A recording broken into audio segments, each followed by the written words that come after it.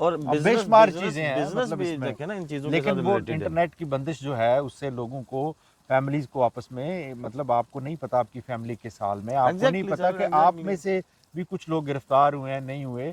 چلیں کسی نہ کسی حوالے سے کچھ 5-7 دن کے بعد خبر تو پہنچ جاتی ہے، لیکن وہ بھی مصدقہ نہیں ہوتی، مصدقہ نہیں ہوتی مزید سر. جو ہے غلط فہمیاں پیدا غلط ہوتی فہمیاں ہیں، پیدا مزید ہوتی ہیں، ڈس انفارمیشن لوگوں پھیل کے رہی ہے. گھروں میں بیماریاں ہیں، لوگوں کے والدین بیمار ہیں، ان کو پل پل کی خبر لینی پڑتی ہے. جی اور کئی ایسی چیزیں ہیں تو حکومت کو چاہیے کہ خدا رہے اب کوئی وہ کام کریں جو کرنے والا ہوتا ہے. آپ نے مطلب اپنے وزیر اعظم سے اپیل کریں، کیوں نہیں دہشت کرتے آپ؟ گردی کی جو ہے نا وہ مثال قائم کر دی ہے. سر وزیر اعظم نے پہلے دن یہ بات بولی تھی، میں آپ کو یہ بتاؤں کہ اس نے کہا میرے پاس کنٹرول ہی نہیں ہے. تو چھوڑ دے پھر، اقتدار کے ساتھ اور کیوں چمٹا اقتدار ہوا ہے؟ اب چلا گیا نا، پھر اقتدار کیا رہ گیا.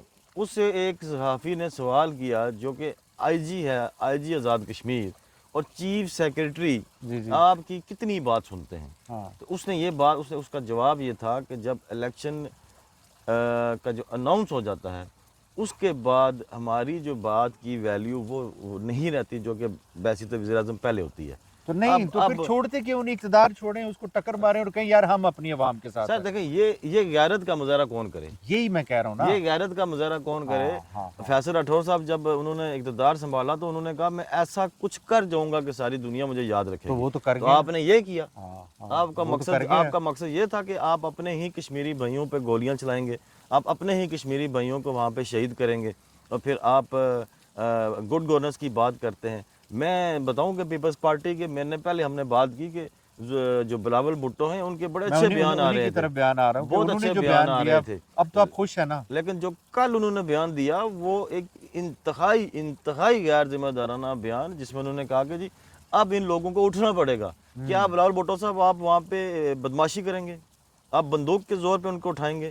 آپ مجھے بتائیں کہ آپ نے یہ بیان کس نوعیت میں دیا اور آپ نے یہ کیوں دیا؟ لوگوں کی مجبوری ہیں، آپ کو پتہ ہے پاکستان کے اندر اقتدار سب کو بانٹ کے دیا ہوا ہے.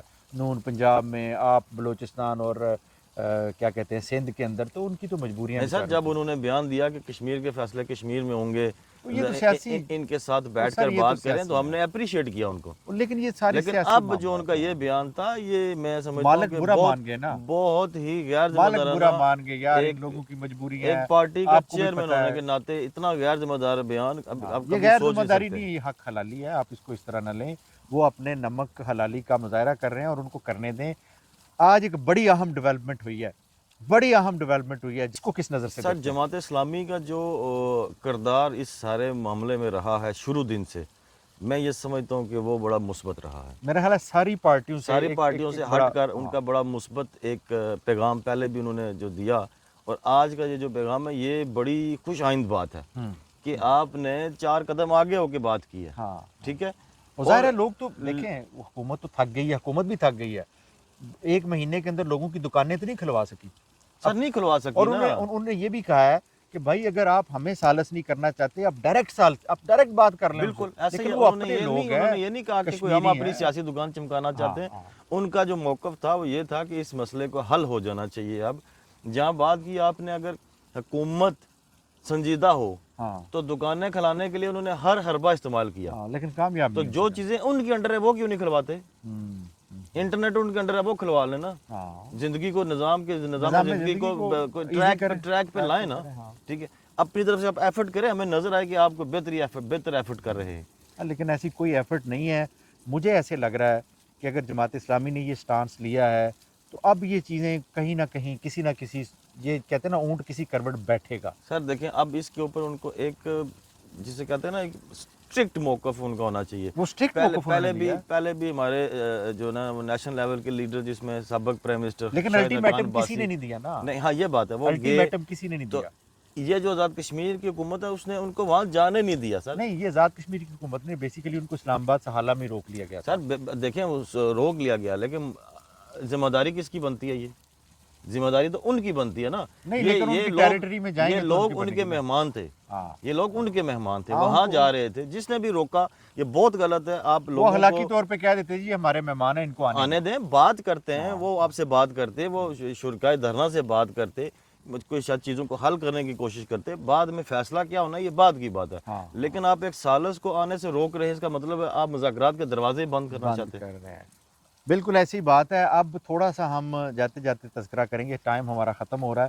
کہ آپ کے حلقے کے اندر بڑا وہ کوئی رٹے والے میں بڑی کوئی جنگ چل رہی ہے کوئی سر اگر رفیق نیر صاحب اور ولید وہ کھریٹا انقلابی؟ حلقے کی بات کریں تو بات بہت لمبی ہو جائے گی، بس لیکن مختصر کیجیے گا، 1 منٹ ہے ہمارے پاس۔ اس وقت جو ہے وہ چیزیں اس طرح ہیں کہ رفیق نیر صاحب بھی ہمارے پیپلز پارٹی کے امیدوار تھے ٹکٹ کے لیے، تو اب ان کو ٹکٹ نہیں مل سکا۔ قیادت نے فیصلہ کیا ولید انقلابی کے حق میں، اور ولید انقلابی کو ٹکٹ ملا، اور اب جو ہے وہ انہوں نے ایسا کیا کہ وہ اپنا ایک ڈیفرنٹ دڑا بنا لیا اور آزاد امیدوار الیکشن لڑنا چاہتے ہیں۔ اپنی دکان الگ کر لی۔ اپنی دکان انہوں نے الگ کر لی، انہوں نے کئی دفعہ الگ کی، ویسے وہ ان کے لیے نئی بات نہیں ہے۔ تو لوگ اتنے کپڑے نہیں بدلاتے جتنے رفیق نیر صاحب پارٹی بدلا لیتے ہیں۔ یہ 6 مہینے پہلے تو پیپلز پارٹی میں آئے تھے، ہاں ہاں، تو اور غیر مشروط ابھی 6 مہینے ان کے پورے نہیں ہوئے۔ تو وہ کبھی کہیں استحکام پاکستان پارٹی میں تو نہیں جا رہے؟ سر استحکام پاکستان میں وہ چلے جاتے ہیں، لیکن انہوں نے جو پریس کانفرنس کی نا وہ کی آج، ایک پریس کانفرنس آج کی جس میں انہوں نے باقاعدہ اعلان کر دیا میں آزاد امیدوار لڑوں گا، اور ایک مشاورتی اجلاس انہوں نے کیا پرسوں۔ اس سے پہلے وہ ایک وہاں پہ اور امیدوار ہیں جو پی ٹی آئی سے جیتے تھے، پی ٹی آئی کی ٹکٹ پہ ڈاکٹر انصر عبدالی صاحب، وہ چھلانگ مار۔ ان دونوں کا یہی پرابلم رہا کہ پچھلے عرصے میں ڈاکٹر نثار انصر عبدالی صاحب پیپلز پارٹی میں آنا چاہتے تھے، تو رفیق نیر صاحب نے چھلانگ مار دی، تو وہ پیچھے رہ گئے۔ اب وہ استحکام پاکستان میں جاتے، لیکن وہاں ڈاکٹر صاحب چلے گئے تو ان کا وہ راستہ بھی بند ہو گیا۔ ہو گئی ہے پھر تو یہ جناب من، یہ آزاد کشمیر کی سیاست ہے، یہ آپ ہمارے اور آپ کے حکمران ہیں۔ اکراس دا بورڈ پورے پاکستان میں سچویشن ملتی جلتی ہے، کوئی کہیں پہ چینج نہیں ہے، لیکن میں یہ سمجھتا ہوں کہ آن دا سیریس نوٹ کہ جماعت اسلامی نے جو موقف لیا ہے، جو سٹینڈ لیا ہے، یہ بڑا مناسب اور ٹائملی لیا ہے، اور میں سمجھتا ہوں دوسری جو اپوزیشن کی قیادت ہے اس کو بھی بالکل فرملی جماعت اسلامی کے ساتھ کھڑے ہو جانا چاہیے، اور اگر حکومت جو ہے وہ مذاکرات پہ نہیں آتی تو ان لوگوں کو فورسفلی ایک بھرپور جرگہ لے کے، عوام کا ایک جلوس لے کے آزاد کشمیر کے اندر انٹر ہونا چاہیے، تاکہ ایک پازیٹیو میسیج جائے کہ پاکستانی لوگ، پاکستانی عوام جو ہے وہ کشمیریوں کے حقوق کے لیے ان کی اس جنگ میں ان کے بالکل ساتھ ہے۔ اجازت دیجیے، انشاءاللہ کل دوبارہ ملاقات کریں گے۔ اللہ حافظ۔